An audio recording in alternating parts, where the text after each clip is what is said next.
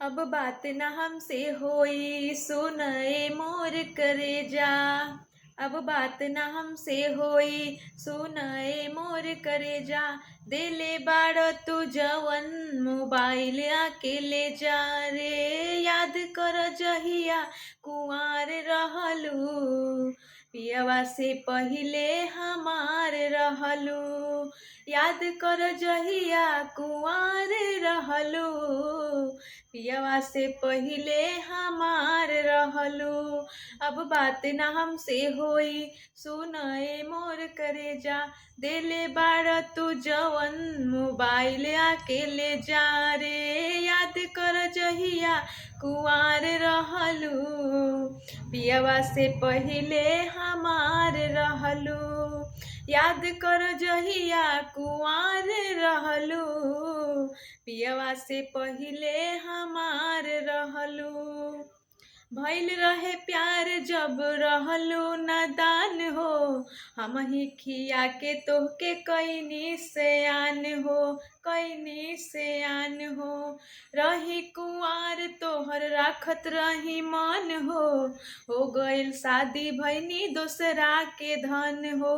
जाए जान जाते बाड़ू त हमके जानी भुलैहा, पापा जी से दिन धरा के जल्दी तू चली अइहा। हाँ, भागे खातिर संगे तैयार रहलू, पियवा से पहिले हमार रहलू। याद कर जहिया कुंवार रहलू, पियवा से पहिले हमार रहलू। लूट गइल प्यार यार छीन लेलू चैना, देखे के तरसेला रात दिन नैना, रात दिन नैना। तोहरा से बेसी सितम सहतानी, का कही अरुण कैसे रहतानी।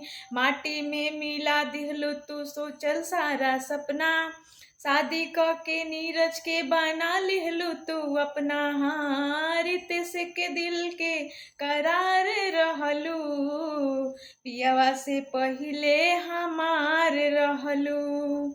याद कर जहिया कुंवार रहलू, पियवा से पहिले हमार रहलू।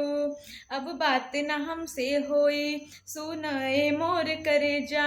देले बाड़ तू जवन मोबाइल आके ले जा रे। याद कर जहिया कुंवार रहलू, हाँ, पियवा से पहिले हमार रहलू। याद कर जहिया कुंवार रहलू, पियवा से पहिले हमार रहलू।